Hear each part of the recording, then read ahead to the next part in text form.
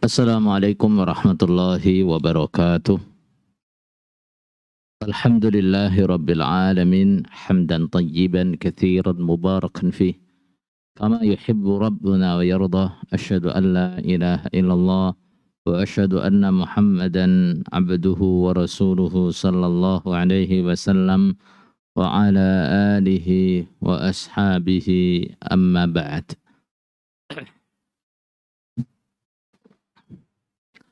Kajian sampai ayat 80.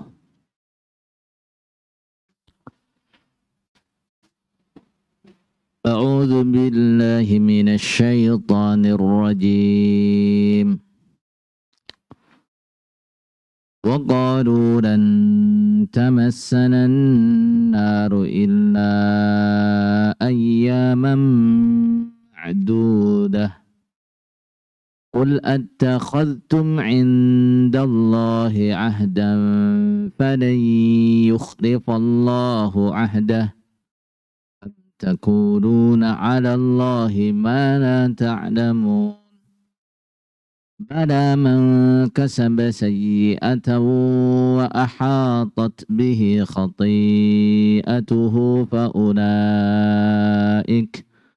فأولئك أصحاب النار هم فيها خالدون والذين آمنوا وعملوا الصالحات أولئك أصحاب الجنة هم فيها خالدون. طيب. Sebelum kita masuk ke pembahasan ayat ini sebagai pengantar, salah satu sifat orang iman yang menonjol adalah mereka menggabungkan antara amal saleh, ketekunan dalam melaksanakan kewajiban, hati-hati dengan keharaman.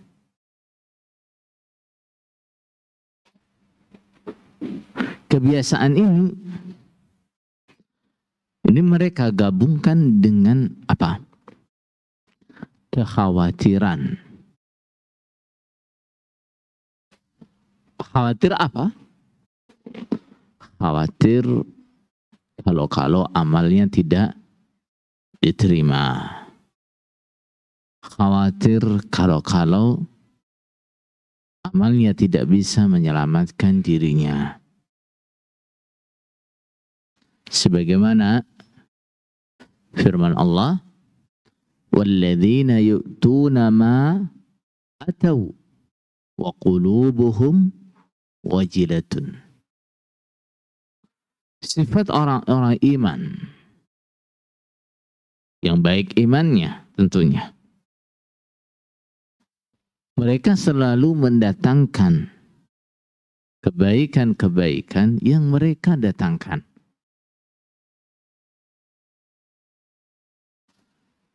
Akan tetapi hati mereka selalu wajilah, takut, gelisah. Ini orang iman seperti itu. Yang dimaksud dalam ayat ini orang-orang yang mengerjakan apa yang mereka kerjakan.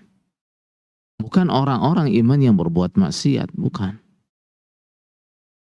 Bukan yang orang iman yang senang mabuk, orang iman yang senang judi, orang iman yang senang maksiat, bukan. Yang dimaksud dalam ayat ini yu'tuna ma atau adalah orang-orang iman yang beramal saleh. Ahli salat, ahli puasa, ahli sedekah dan seterusnya. Tapi hati mereka gelisah. Nah, selalu khawatir. Jangan-jangan dia tidak selamat. Ini sifat orang iman seperti itu. Nah, mereka menggabungkan antara kebiasaan amal saleh dan kekhawatiran. kekhawatiran, rasa takut kalau dia tidak bisa selamat. Sifat yang seperti ini ternyata kebalikannya orang-orang Yahudi. Kebalikan dari orang-orang Yahudi. Orang-orang Yahudi nanti kita jumpai dalam ayat ini dengan ayat sebelumnya. Kebiasaan mereka apa? Mengerjakan dosa-dosa yang sangat kecil. Kejahatan-kejahatan yang sangat besar. Yang paling besar adalah apa? Kebiasaan mereka berbohong atas nama Allah Rasul. Sifat ini mereka gabungkan dengan sifat apa? Merasa aman. Merasa aman dari siksa Allah. Allah berfirman, وَقَالُوا لَنْ تَمَسَّنَا النَّارُ إِلَّا أَيَّامًا مَعْدُودَةً. وَقَالُوا, mereka berkata, mereka siapa ini? Orang-orang Yahudi. Mereka berkata, لَنْ تَمَسَّنَا النَّارُ, neraka tidak akan menyentuh kami.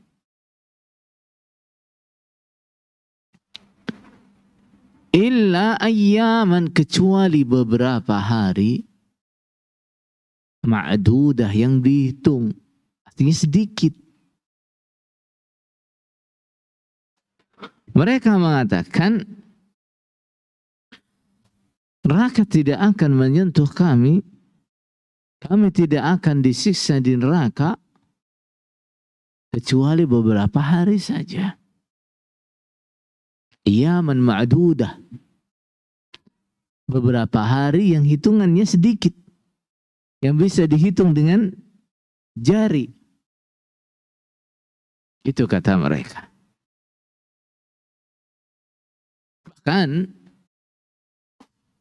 dalam riwayat lain mereka mengatakan, setelah itu gantian kalian loh. Kami masuk neraka beberapa hari, setelah itu kami keluar, gantian kalian yang masuk. Kaliannya siapa yang mereka maksud? Nabi Muhammad dan umatnya.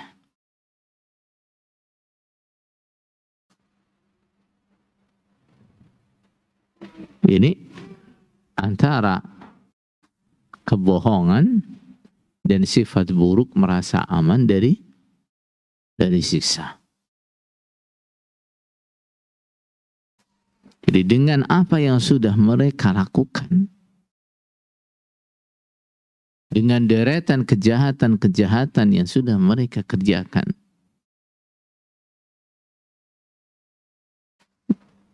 mereka masih merasa aman.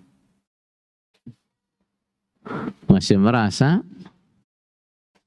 gak akan kena siksa kecuali beberapa hari saja.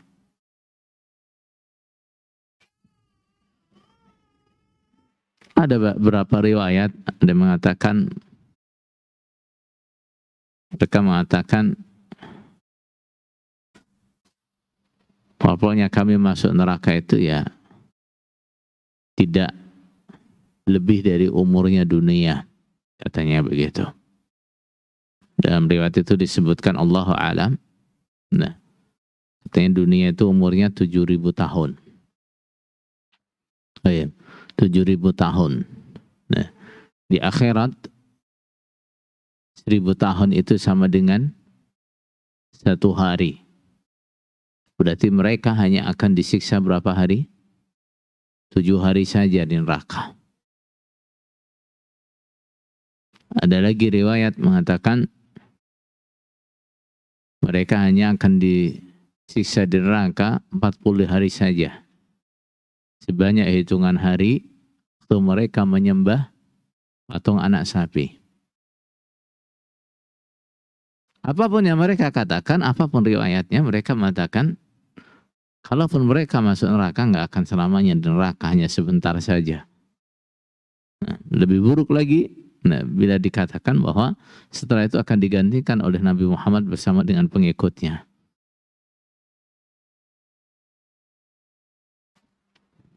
iya. Karena ucapan seperti ini ya, ucapan gak ada dalilnya, gak berdasarkan dalil, keluar dari hawa nafsu, keluar dari angan-angan bodoh,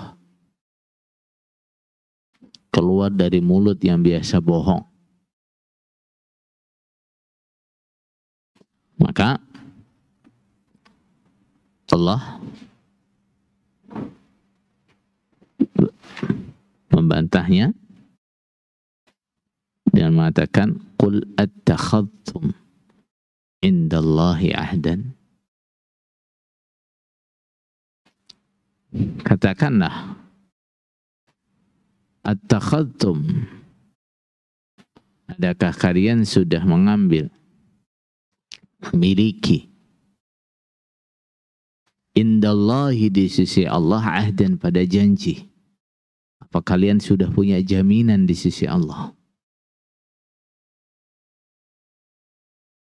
Wala yukhlifullah, maka Allah tidak akan menyelisihi ahdahu, ada janjinya.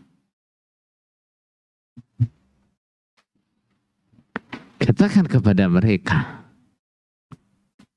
kok begitu pede kalian ngomong begitu? Begitu yakin kalian tidak akan masuk neraka kecuali beberapa hari saja.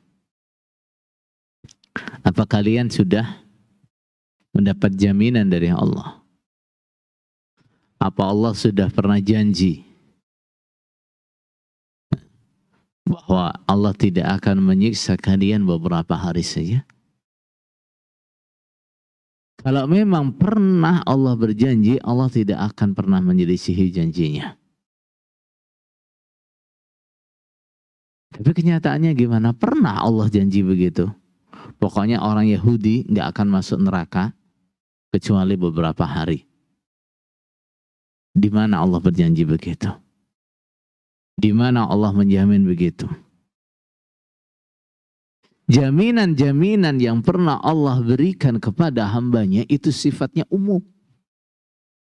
Sifatnya umum, nggak terbatas. Nah, oleh suku, nggak terbatas oleh ras, nggak ada.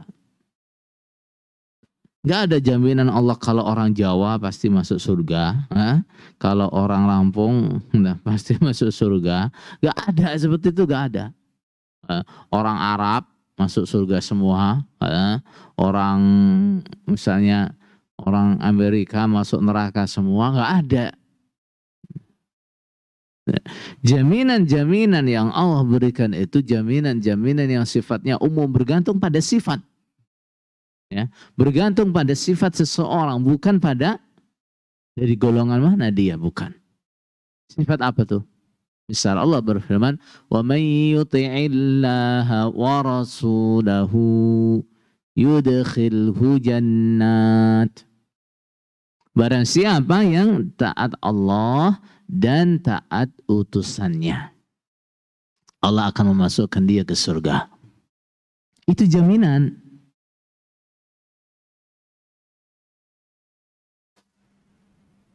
Jaminan Allah untuk siapa saja. Yang penting dia memiliki sifat taat Allah dan taat Rasul. Bukan jaminan Allah untuk orang dari golongan mana, enggak. Untuk orang dari kelompok mana, enggak. Hitungannya adalah dia taat Allah, Rasul atau tidak. Nah, sekarang kalau kita lihat dari jaminan secara khusus untuk orang Yahudi nggak pernah ada. Sekarang pertanyaan, dari sisi jaminan yang umum, apa mereka juga berhak mendapatkannya? Taat Allah, Rasul. Apa mereka taat pada Allah? Apa mereka taat kepada Rasul? Rasul yang mereka ketahui jelas kebenarannya sehingga mereka bantah, mereka kufuri. Tapi kok bisanya mereka mengatakan kami nggak akan masuk neraka kecuali beberapa hari saja. Makanya kemudian Allah berfirman, am taquluna 'ala Allahi ma la ta'lamun. Am di sini maknanya bal. Amnya maknanya apa? Bal. Am, bahkan sebaliknya. Taquluna, kalian berkata, 'ala Allah, atas nama Allah atau tentang Allah, ma la ta'lamun, pada apa yang kalian tidak ketahui. Artinya kalian bohong. Nah, berbicara sesuatu yang tidak diketahui, apalagi ini urusan Allah, itu namanya apa? Bohong.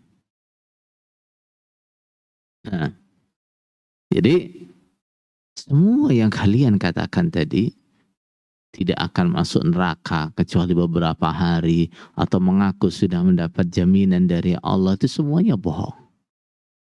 Semuanya bohong. Itu ucapan kalian ucapkan, nah, tapi kalian tidak tahu. Nah, ucapan yang kalian ucapkan tentang Allah yang kalian tidak tahu. Orang itu dikatakan benar, berbicara tentang Allah dengan benar apabila dia sudah tahu betul, yakin betul Allah berfirman begini, atau arti firman Allah seperti ini berarti nggak bohong. Tapi kalau dia tahu Allah nggak berfirman begitu, dia katakan Allah berfirman demikian, itu bohong. Begitu juga dia nggak yakin Allah berfirman begini, dia katakan Allah berfirman begini, itu juga bohong. Begitu dia mengatakan arti firman Allah ini seperti ini, padahal dia nggak paham, nggak yakin, ya, itu juga bohong. Ya. Ucapan-ucapan orang Yahudi mengatakan lan tamassana an-naru illa ayyaman ma'dudat. Ucapan yang nggak ada dalilnya. Allah nggak pernah mengatakan bahwa orang Yahudi tidak akan masuk neraka kecuali beberapa hari. Nah, kalau mereka mengatakan begitu, itu ucapan bohong. Baik. Dari ayat ini, Syekh Saleh Al-Utsaimin mengambil beberapa faedah. Yang pertama, tentang kebiasaan bohongnya orang Yahudi. Orang Yahudi itu adalah orang-orang yang ahli bohong.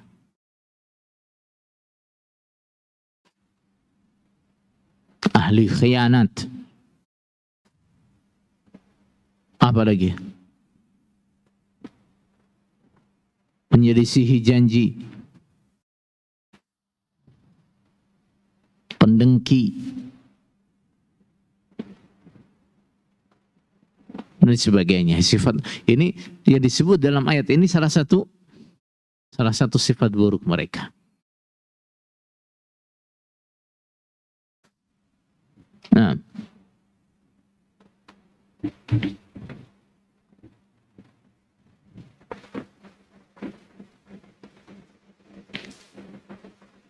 orang yang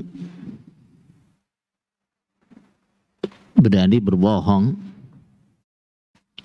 atas nama Allah, Rasul, seperti orang Yahudi seperti ini,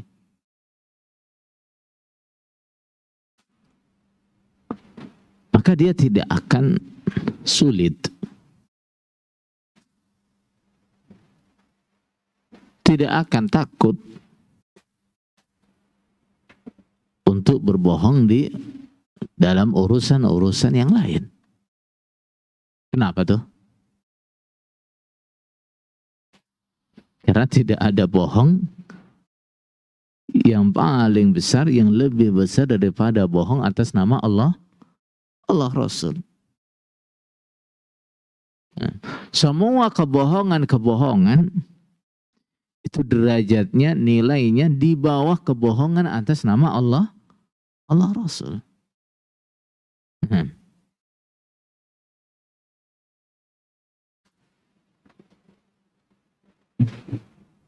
akhirnya kita jumpai orang yang terbiasa bermain-main dengan dalil, seenaknya sendiri mengartikan dalil.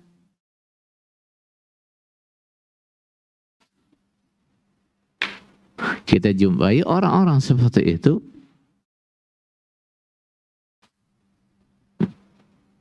mereka sangat ringan untuk membuat cerita-cerita bohong. Entah cerita itu dibuat untuk mengunggulkan golongannya, mengunggulkan tokohnya, atau untuk menjatuhkan orang lain. Artinya kita menjumpai seperti itu nggak perlu heran. Kenapa? Yang paling besar, yang lebih besar sudah mereka kerjakan. Apa tuh? Bohong atas nama Allah, Allah Rasul. Baik.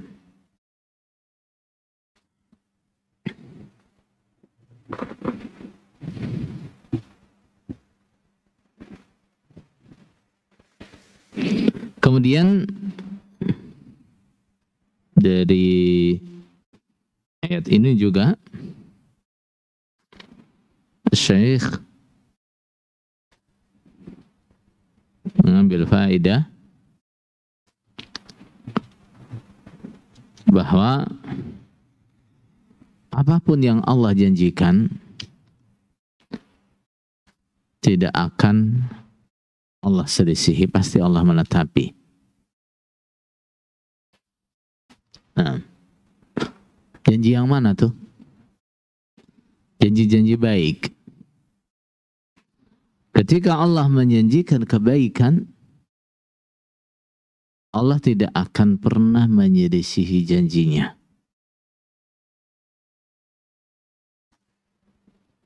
Siapapun yang memenuhi syarat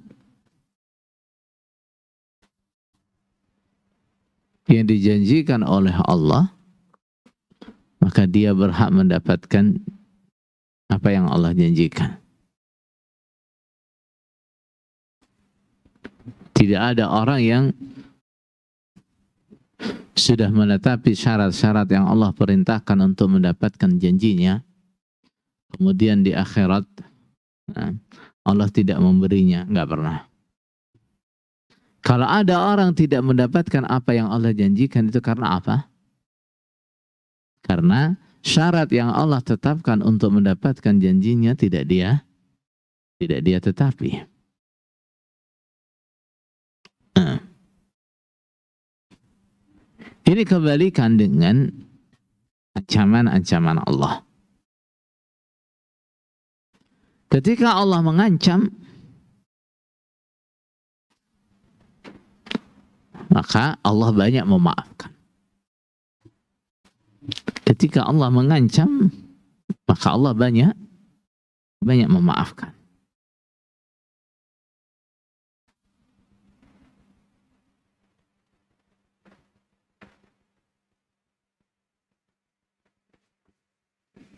Bahkan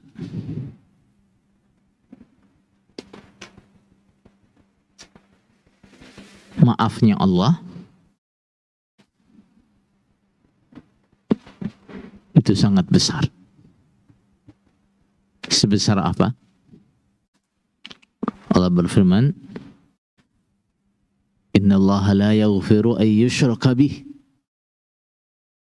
wa yaghfiru ma duna dzalika liman yasha." Pokoknya selain dosa syirik ada peluang ada kemungkinan Allah memaafkannya.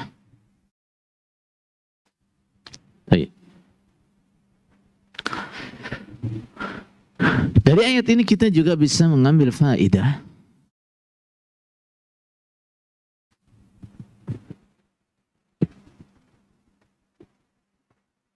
yang berkaitan dengan hadis, termasuk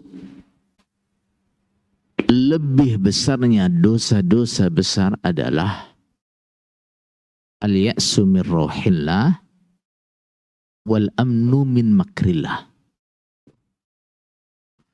Adalah putus asa dari rahmat Allah dan merasa aman dari upadaya Allah. Ini termasuk dosa yang paling besar. Kenapa? Karena kedua-duanya akan berakibat orang meninggalkan amal.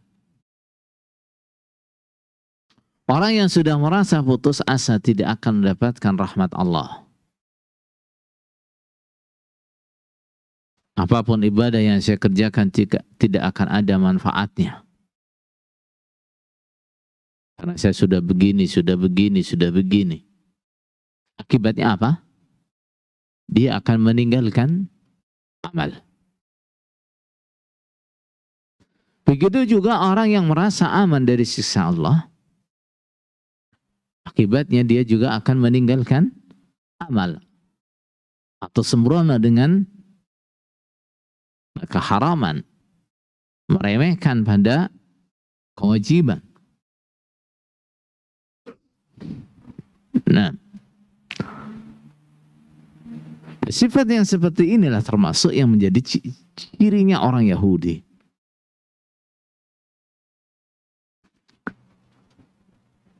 Mereka merasa aman dari siksa Allah.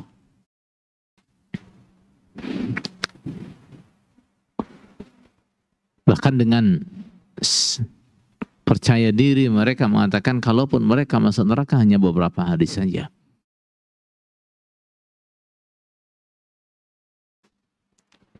Orang ketika memiliki pemikiran seperti itu,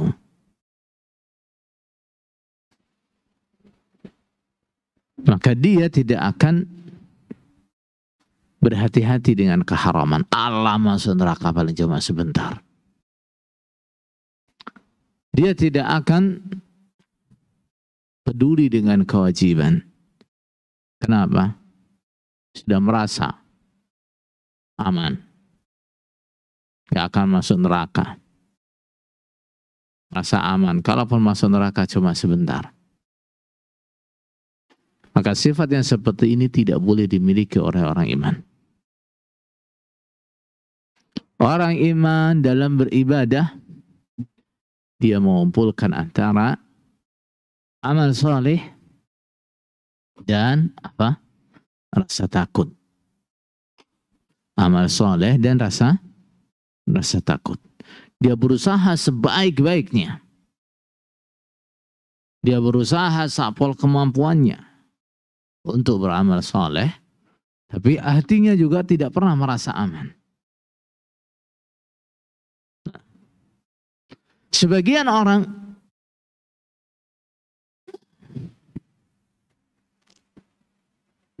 punya mazhab seperti mazhabnya orang Yahudi.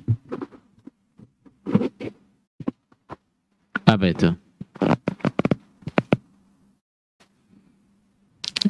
Walaupun bahasanya sedikit berbeda, tapi pada hakikatnya ini mazhab yang sama dengan mazhabnya orang Yahudi. Mereka bilang apa? Ketika dia berbuat haram, berbuat maksiat, dia bilang yang penting saya nggak syirik. Hah?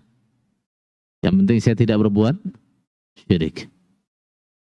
Yang penting yang saya kerjakan bukan syirik.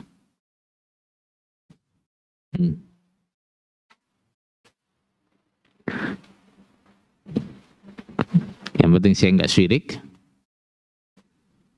Nanti dosa-dosa saya, apapun yang saya kerjakan, masih mungkin diampuni oleh Allah. Ini madhab yang sama dengan madhabnya orang Yahudi.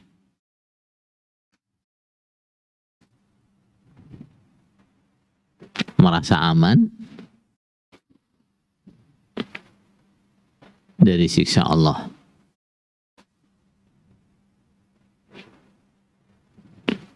Dia tidak berpikir lebih jauh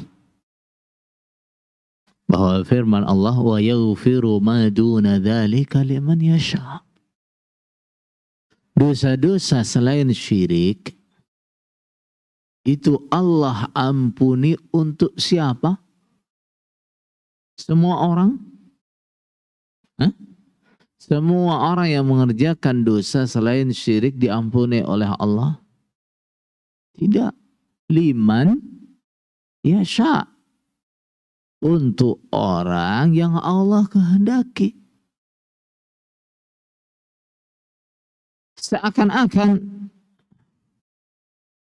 orang yang berpikir demikian memastikan bahwa dia itu sudah pasti termasuk orang yang dikehendaki oleh Allah diampuni dosanya selain syirik.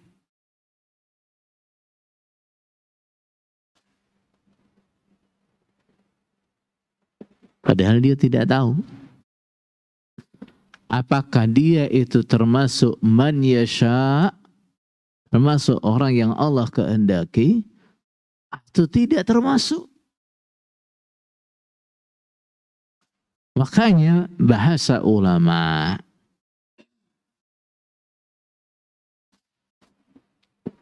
mereka mengatakan bahwa dosa-dosa selain syirik itu tahtal masyiah. Gimana? Tahtal masyiah. Di bawah, tergantung dengan kehendak Allah. Ada kalanya bila Allah menghendaki, Allah mengampuninya. Sehingga orang-orang yang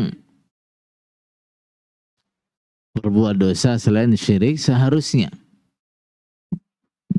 dia disiksa, dia nggak disiksa dengan dosanya. Tapi ada kalanya bila Allah menghendaki, Allah tidak mengampuninya.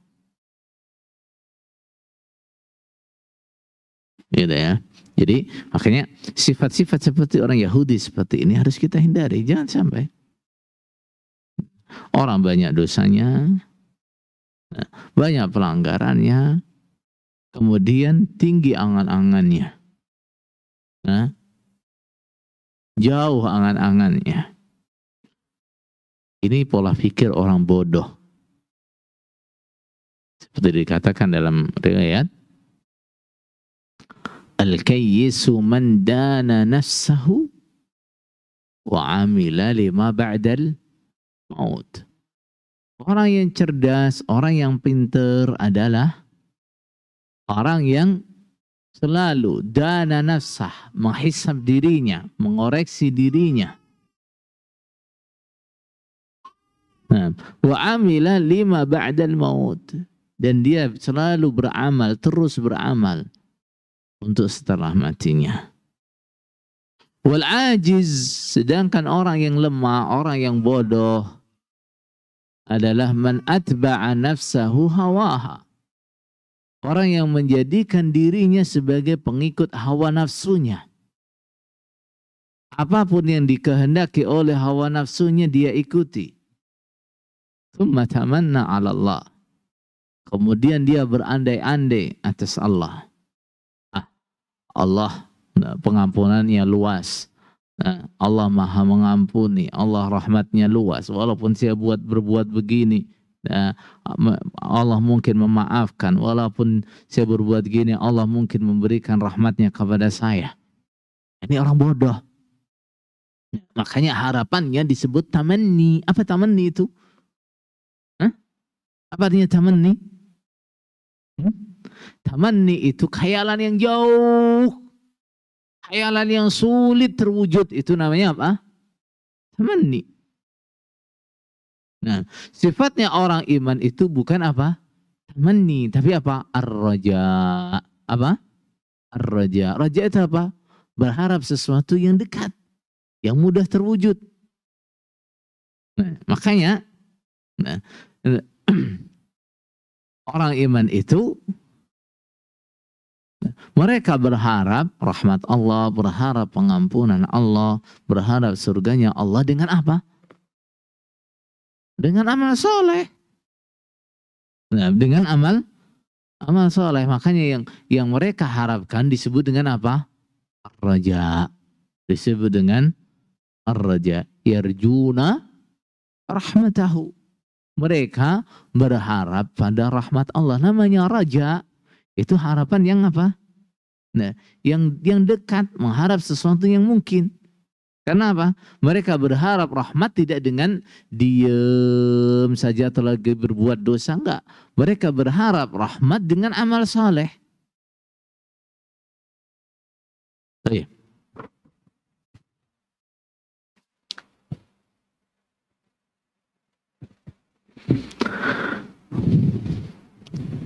Kemudian dari ayat ini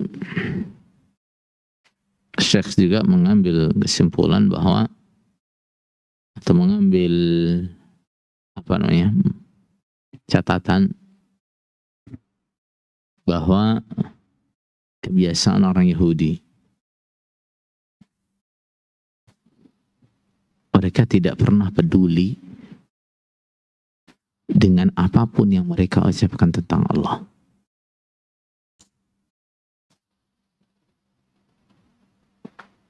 Ini hanya salah satu dari contoh kebiasaan orang Yahudi yang tidak peduli dengan omongannya. Ucapan-ucapan mereka yang lebih buruk dari ini juga banyak. Mereka mengatakan gimana? Yadullahi maglulah. Allah itu pelit. Nah, apalagi mereka katakan tentang Allah? Nah.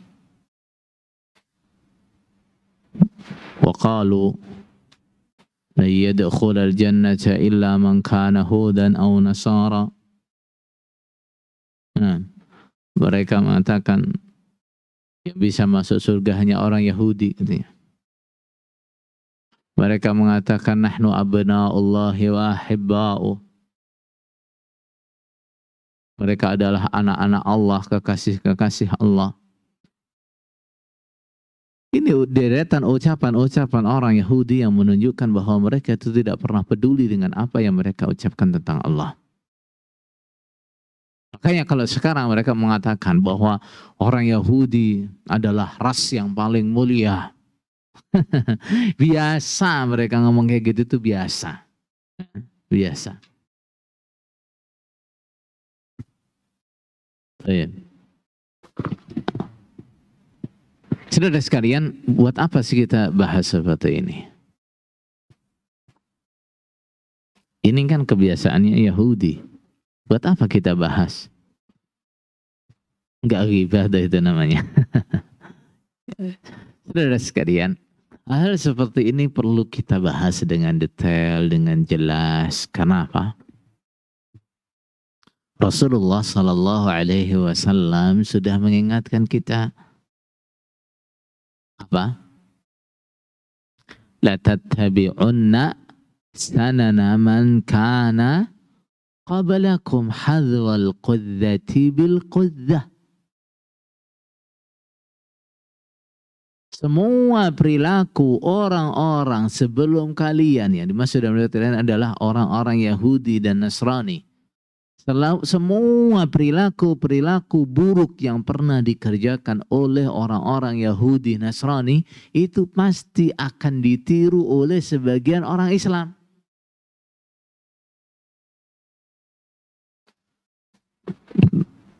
Kalau salah satu kebiasaan Yahudi adalah bicara seenaknya tentang Allah, Maka ketahuilah di antara umat Islam pasti akan ada orang yang seperti ini juga. Walaupun mungkin yang diomongkan beda, tapi sama intinya. Berbicara bohong atas nama Allah, Allah Rasul. Berbicara seenaknya tentang Allah, Allah Rasul.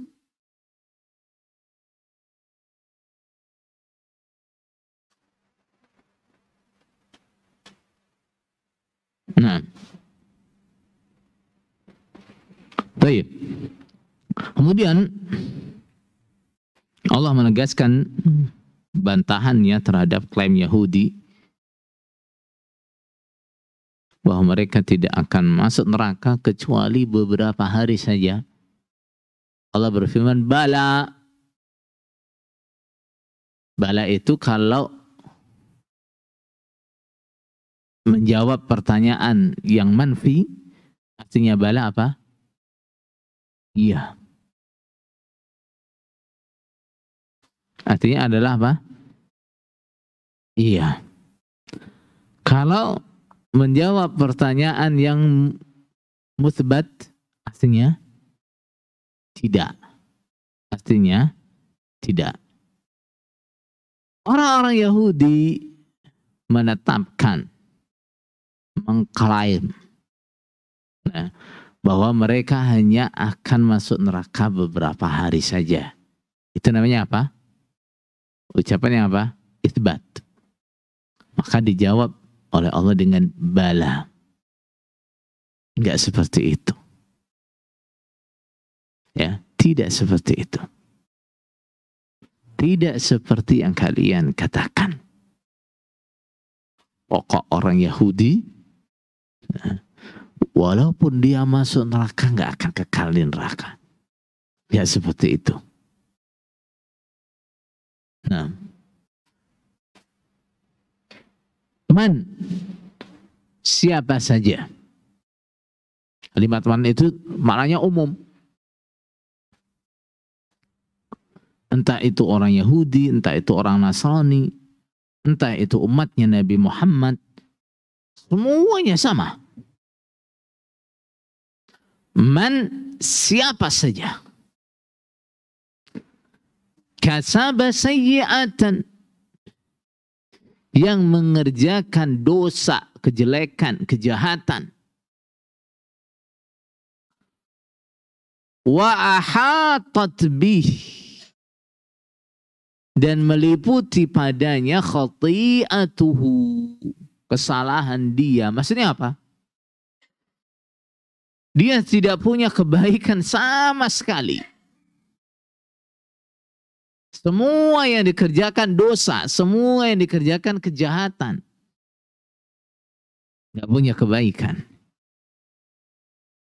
Faulaika, maka mereka adalah ashabun nar. Apa artinya ashab? Ashab itu apa artinya? Sahib. Sahib itu apa? Sahib itu pemilik.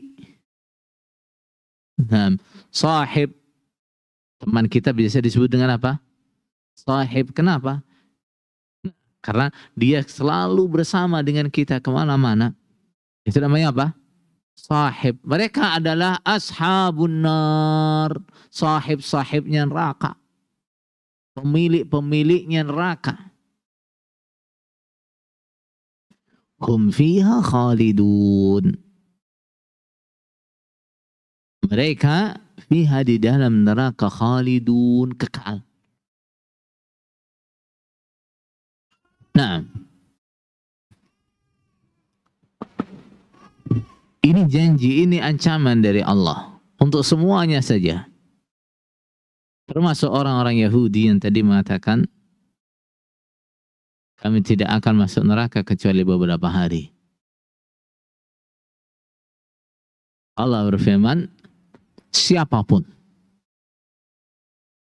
mengerjakan kejahatan, mengerjakan dosa, sampai dirinya tertutup dengan dosa, tidak ada kebaikan dia kerjakan, Semua yang dikerjakan dosa. Mereka adalah pemilik neraka.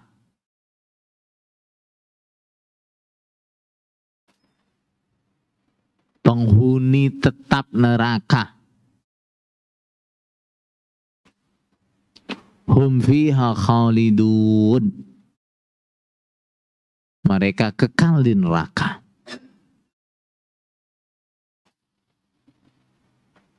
Tuh. Dari ayat ini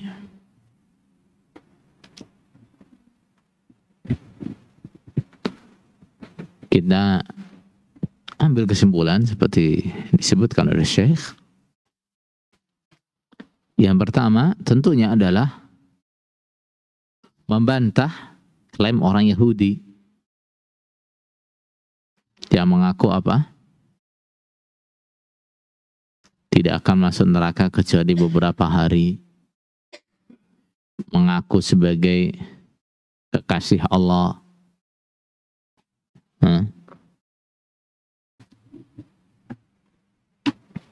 Semua terbantah dengan ayat ini. Penyebab orang itu kekal di neraka bukan karena apa? Golongannya, bukan karena rasnya, bukan. Tapi karena apanya? Karena kejahatannya.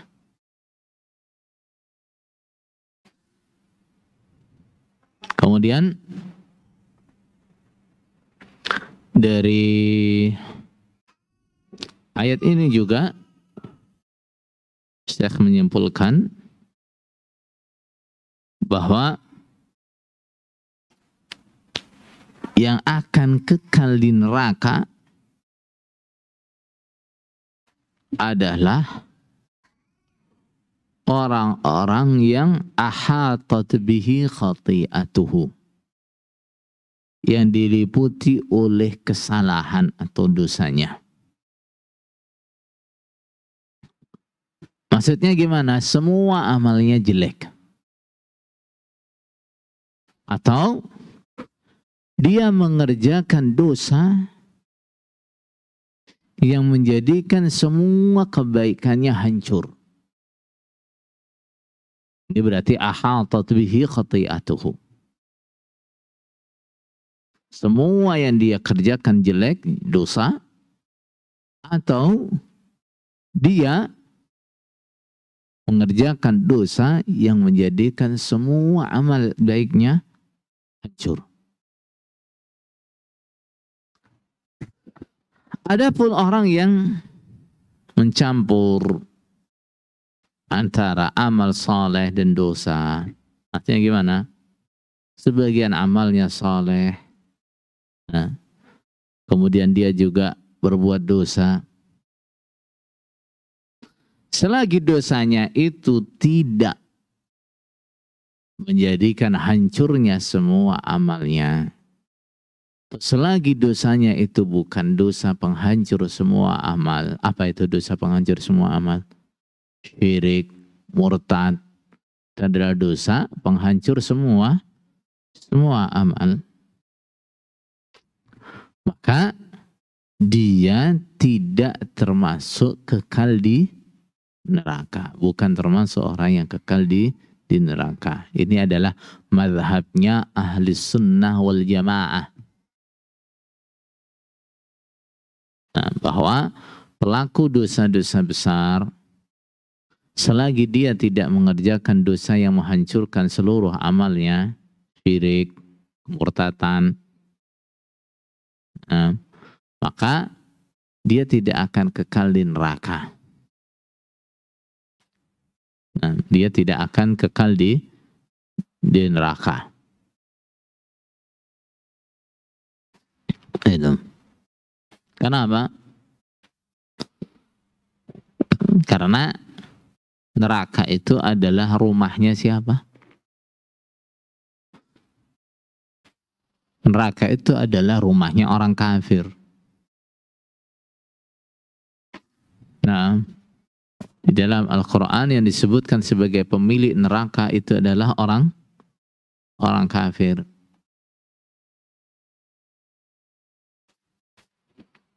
Orang-orang iman yang masuk ke neraka, maka dia akan keluar dari neraka karena apa? Itu bukan tempat dia. Selama apapun dia di neraka, seberat apapun siksa dia di neraka, selagi dia masih punya iman, dia akan keluar dari neraka seperti disebutkan dalam hadis, yakhruju minan nar, akan keluar dari neraka man kana fi qalbihi mithqalu dzarratin minal iman. Nah, akan keluar dari neraka orang yang memiliki keimanan walaupun sebesar dzarrah, seberat dzarrah dari keimanan. Nah, dia akan dikeluarkan dari neraka. Ya. Sedangkan pelaku dosa besar, selagi dia tidak mengerjakan syirik, selagi dia tidak murtad, dia hukumnya tetap iman. Hukumnya tetap iman. Maka dia tidak akan kekal di neraka. Ya. Akan tetapi peringatannya seperti tadi, jangan sampai kemudian kita punya madhab seperti madhabnya Yahudi, berbuat dosa lalu meremehkan, yang penting nggak syirik, yang penting nggak murtad, nanti juga masih akan masuk surga. Jangan seperti itu. Nah, kemudian walladzina amanu wa 'amilus shalihat ulaika ashabul jannah hum fiha khalidun. Sedangkan orang-orang yang beriman wa 'amilus shalihat, dan mereka mengerjakan kebaikan-kebaikan, ulaika ashabul jannah, mereka adalah pemilik surga. Rumah mereka di mana? Surga. Hum fiha khalidun, mereka kekal di dalam surga. Ini adalah metodenya Al-Quran seperti itu. Al-Quran metodenya selalu seperti itu. Ketika menyebutkan orang-orang yang seperti ini diancam kekal di neraka, maka akan dibarengi dengan orang-orang yang seperti ini kekal di surga. Orang-orang yang seperti ini diancam siksa yang berat, orang-orang yang seperti ini dijanjikan kemuliaan oleh Allah. Seperti itu. Nah, sehingga orang iman cara berpikirnya jadi seimbang. Cara berpikirnya jadi seimbang. Nah, cara berpikir orang iman adalah cara berpikir yang menggabungkan antara ar-raja wal khauf. Ar-raja wal khauf. Nah, berharap pada keluasan rahmat Allah, dan takut pada ancaman-ancaman Allah. Nah, ketika dia mendengar ancaman orang-orang yang berbuat dosa, hatinya takut. Nah, ketika dia mendengarkan janji-janji Allah untuk orang yang beramal soleh, dia bersemangat. Harapannya tinggi. Ini orang iman seperti itu. Nah, makanya untuk menjaga sifat ini atau cara berpikir seperti ini, metodenya Al-Quran selalu lengkap, seimbang antara basyiran wa nadhiran, memberikan kabar gembira dan menakut-nakuti, selalu seimbang. Antara wa'ad dan wa'id, antara janji-janji baik dan ancaman itu selalu seimbang. Nah, dan kita juga begitu, ketika kita nanti oleh Allah dikodarkan menjadi orang yang aktif dalam dakwah, metode dakwah kita juga harus seimbang. Ya, jangan hanya menekankan kabar-kabar jelek, kabar-kabar ancaman, atau sebaliknya yang disampaikan hanya kabar baik, janji baik, jangan. Ya, karena apa? Ketika metode itu tidak mengikuti metodenya Al-Quran, maka hasilnya pasti akan negatif. Hasilnya akan negatif. Nah, misalnya, orang-orang yang dalam dakwahnya yang banyak ditekankan adalah ancaman-ancaman, begini kafir, begini kafir, begini kafir, begini kafir, begini kafir, terus begitu. Begini rusak imannya, begini rusak imannya, terus dalam dakwahnya seperti itu. Maka dia akan menghasilkan, dakwahnya akan menghasilkan orang-orang yang berpikiran seperti pemikirannya orang-orang Khawarij. Nah, orang-orang Khawarij mereka dalam melihat dalil seperti itu, yang dilihat apa? Ancaman. Waman lam yahkum bima anzalallah faulaika humul kafirun. Waman lam yahkum bima anzalallah faulaika humul zalimun. Terus ayat-ayat yang ancaman-ancaman itu yang ditekankan. Dalil-dalil hadis-hadis ancaman itu yang ditekankan. Akhirnya apa? Dikit-dikit kafir gitu. Nah, sebaliknya ketika orang berdakwah yang dia besar-besarkan, yang dia sampaikan terus kabar gembira, terus pokoknya nggak syirik akan masuk surga, pokoknya orang punya kebaikan walaupun seberat biji sawi, seberat apa saja akan masuk surga itu terus, maka dia akan menghasilkan orang-orang dengan pemikiran orang-orang Murji'ah. Nah, untuk menghasilkan orang-orang yang berpikiran seperti Ahli Sunnah wal Jamaah, apa tuh? Madhabnya dalam masalah pelaku dosa besar. Pelaku dosa besar itu adalah orang iman yang kurang imannya, orang iman yang cacat imannya. Bukan orang kafir dan juga bukan orang iman yang sempurna imannya, bukan penghuni neraka yang kekal, bukan, tetapi orang-orang yang dosanya tahtal masyiah. Nah, untuk menghasilkan orang-orang dengan pemikiran seperti ini, dakwahnya harus seimbang seperti metodenya Al-Quran. Ada basyiran wa nadhiran, ada wa'ad, ada wa'id. Ada ancaman, ada janji-janji baik. Metode Al-Quran seperti itu. Baik. Walladzina amanu, kita ambil faedahnya. Amanu, iman yang manfaat itu iman dengan apa? Iman yang manfaat adalah iman dengan barang-barang gaib. Iman kepada Allah, walaupun kita tidak melihat zatnya Allah. Iman kepada malaikat-malaikat Allah, walaupun kita nggak pernah melihat wujudnya malaikat. Iman dengan kitab Allah, walaupun kita nggak tahu, tidak menyaksikan bagaimana Allah memberikan kitabnya kepada Nabi Muhammad. Walaupun kita tidak tahu bagaimana Allah menurunkan kitab-kitab kepada nabi-nabinya, kita nggak tahu, kita iman, kita percaya. Iman kepada utusan-utusan Allah. Walaupun yang tahu bagaimana dia diutus hanya mereka, kita hanya percaya dia adalah utusan Allah dengan tanda-tandanya. Kita iman pada hari akhir. Kita percaya dengan qadar, baik qadar yang buruk atau qadar yang baik. Iman yang manfaat adalah apa? Iman dengan hal-hal yang masih gaib. Makanya ketika orang itu sudah sakratul maut, dia mengatakan iman, manfaat? Tidak manfaat. Kenapa? Karena yang asalnya gaib sudah ditampakkan oleh Allah. Orang itu ketika sakratul maut dia sudah bisa melihat saya masuk surga apa masuk neraka. Makanya saat itu dia mengatakan iman tidak manfaat. Fir'aun ketika dia disiksa, ketika siksa itu sudah turun, dia mengatakan apa? Amantu. Qala amantu. Mana?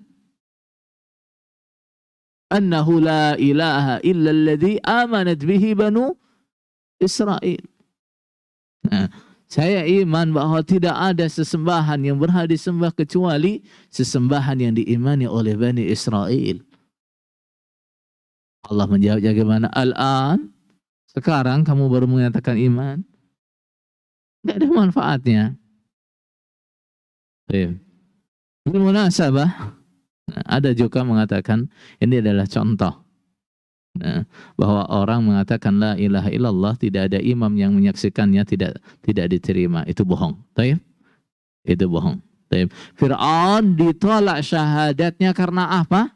Dia bersyahadat ketika siksa sudah turun.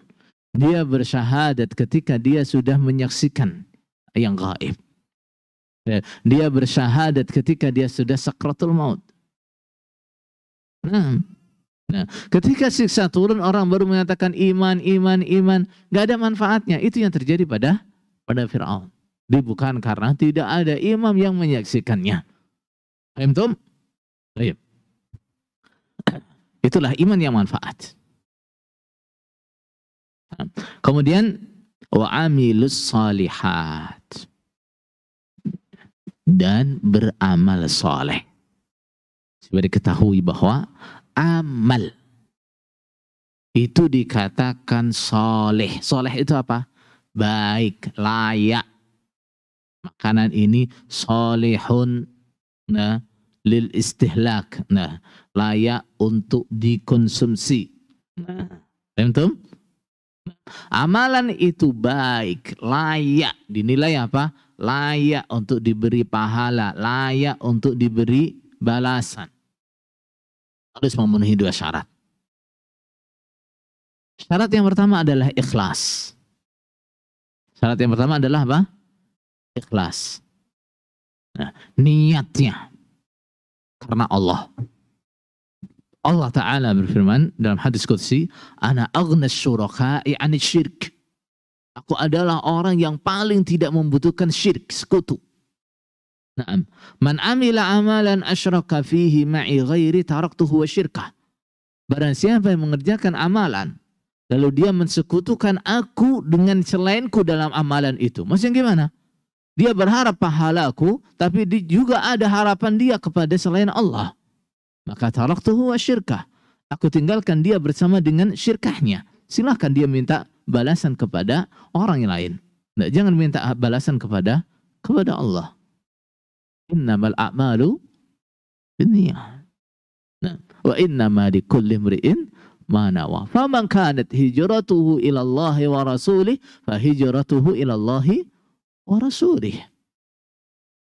Nah, syarat yang pertama ikhlas. Syarat yang kedua adalah mutaba'ah. Apa? Mutaba'ah. Mengikut sunnah Rasulullah sallallahu alaihi wasallam, mengikut yang diajarkan oleh Rasulullah sallallahu alaihi wasallam. Nah, siapapun yang beramal,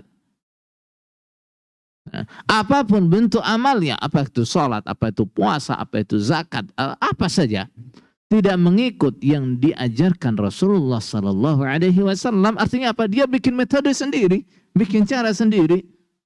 Nah, salat yang seperti ini udah kuno. Puasa seperti ini udah kuno. Saya gak mantap dengan salat yang caranya seperti itu. Saya lebih mantap kalau caranya seperti ini misalnya. Nah, keluar dari apa yang diajarkan oleh Rasulullah SAW, maka Rasulullah SAW bersabda, "Man ahdatha fi amrina hadza ma laysa minhu fahuwa raddun." Barang siapa yang membuat perkara baru dalam ajaranku. Nah, menambahkan praktek-praktek ibadah yang sudah keluar dari yang diajarkan oleh Rasulullah SAW. Menambahkan praktek-praktek ibadah yang tidak diajarkan oleh Rasulullah, memodifikasi agamanya, bahwa raddun, itu ditolak. Man amila amalan laisa alaihi amruna fahuwa raddun. Barang siapa mengerjakan amalan, baik itu amalan hati, baik itu amalan lisan, apa itu amalan badan, apapun bentuk amalnya, tidak seperti yang diajarkan oleh Rasulullah SAW, fahuwa raddun. Nah, berarti orang yang syirik amalnya ditolak. Kenapa? Nggak ikhlas. Nah, orang yang berbuat bid'ah, amal bid'ahnya ditolak. Kenapa? Nah, karena tidak seperti yang diajarkan oleh Rasulullah Sallallahu Alaihi Wasallam. Nah, tapi saya kerjakan ini karena saya cinta kepada Allah.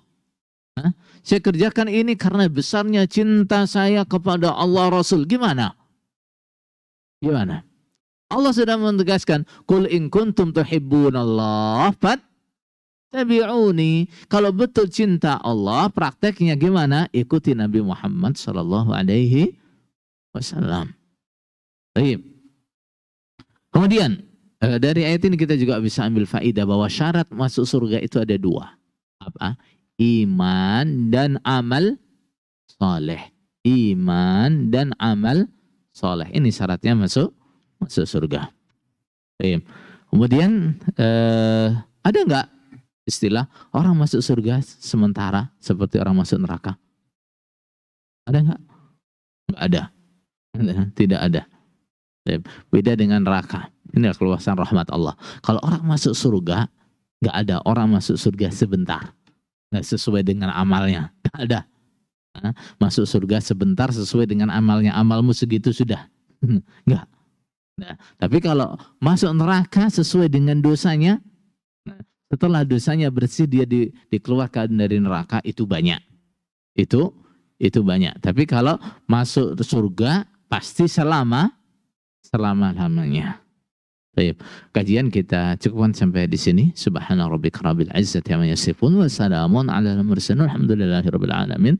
Wassalamualaikum warahmatullahi wabarakatuh.